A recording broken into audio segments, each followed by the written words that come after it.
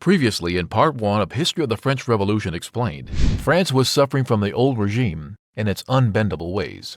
Louis XVI came along and plunged the country into debt alongside his extravagant wife, Marie Antoinette.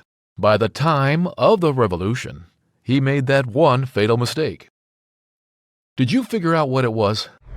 Well, find that out along with how the revolution went from just talk to bloodshed in the latest episode of Explained, Terrors of the French Revolution, Part 2. Here comes King Louis's greatest and final mistake, stealing food from the poorest of his people. He made a policy which deregulated grain, and that basically removed any restrictions regarding grain. Now, we don't know what exactly he expected would happen, but the turn of events was quite tragic. Price of bread increased almost 10 times, which was the people's main source of food, by the way. Imagine if ramen increased their price to $50. Yeah, we'd slaughter the people responsible too, huh? So now most of the people in France couldn't afford what they had been living on, just barely, but surviving all the same. Bakeries became more looted than banks, and people stole and lynched just for bread. Where did all the grains go? To Versailles, of course. They had parties and nobles and princesses to be fed. And here, the most famous quote of the French Revolution was born. Of course, the king and queen were informed that their people were basically dying of hunger. The ignorance was willful. When told that the people could not afford bread, Marie Antoinette turned up her nose and said, "Let them eat cake." Gasp! Now the people were even more angry. The court dwellers advised Louis to elect a finance minister finally. This is how the Enlightenment penetrated the old regime. The newly appointed finance minister was an enlightened thinker. He went out to seek equal representation of the peasants in the Estates Generals. The Estates Generals were a voting party made of one part nobility, one part clergy, and the other part commoners. It hadn't met in centuries, but even before, the first two parts voted the same way. They approved any vote intending to make the peasants suffer, like everyone expected them to. Now the new finance minister wanted to make sure that at least people had some kind of representation as a party of ambassadors, even if it was a weak one. Turns out, it wouldn't be weak. Enter Robespierre, one of the most prominent figures in the revolution. Robespierre was a lawyer and one of the less poetic members of the Enlightenment. He believed in action. Remember him because he will come back into the story as a terrifying force later on. People began clamoring to be the one to represent the people. They put out flyers and posters advocating the efforts of the Enlightenment.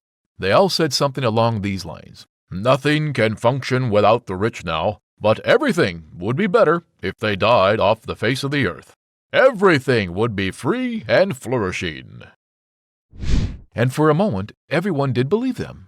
Not the rich people, of course. They still loved themselves. A representative party was born nonetheless, and Robespierre was one of the representatives of the people in the Estates Generals and debated for 2 months about the rights of the people and how every class should pay taxes, one of the many points we agree with. Finally, some members of nobility and clergy started to see sense. As the first two classes were losing power, they resorted to petty obstructions. They bolted the doors of the meeting place. The third-party members were unbothered and simply held the meeting in a tennis court without them. A very cool move. Here they formed the tennis court oath. They would take power in their own hands by becoming the National Assembly and writing a constitution only for the common people of France. Still, during the early days of the National Assembly, there was peace. For a little while, it looked like the nobility might actually listen to the National Assembly.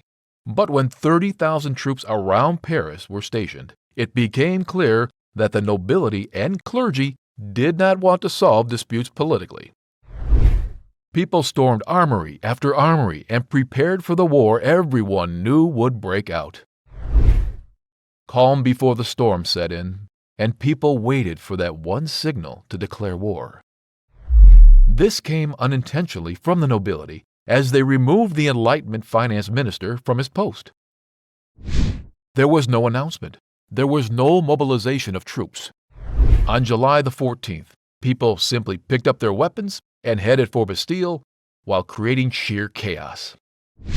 Okay, hold up. Why Bastille? Why not Versailles? Bastille was actually a prison that nobody knew much about, except that common prisoners were tortured there. It had become a sign of injustice on the common people by the clergy and nobility. Truth is, the French Revolution got out of hand that very day. The crowds killed the guards and stormed inside. Two symbols of the French Revolution were born: the tricolor flag and the heads of previous arrogant and immovable guards. They freed everyone as expected and left no surviving authority in Bastille. But they also stayed behind and blew up the place. The fall of Bastille was very much literal.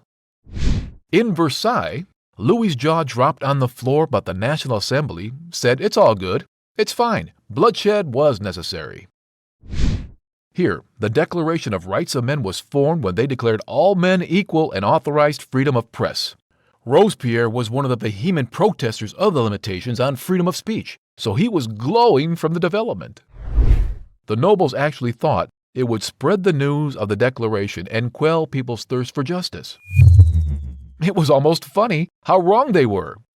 Freedom of press just gave way to excitable and extreme folk taking their violent thoughts to the crowd. Many consider freedom of press to be the death warrant of the nobility and clergy.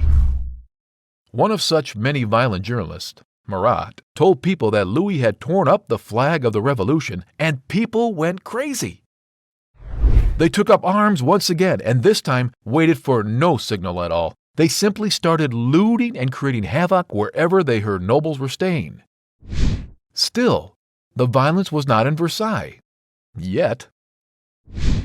There was just one event that catapulted the entire country into frenzy and marked the first defeat of King Louis. It even made him evacuate the palace of Versailles. What do you think the event was? Comment down below and we'll pin the best one. More will be revealed in Part 3 of our series of the French Revolution. Like this video and share it with everyone you know so they can get inside on the incredible journey about the history of the French Revolution.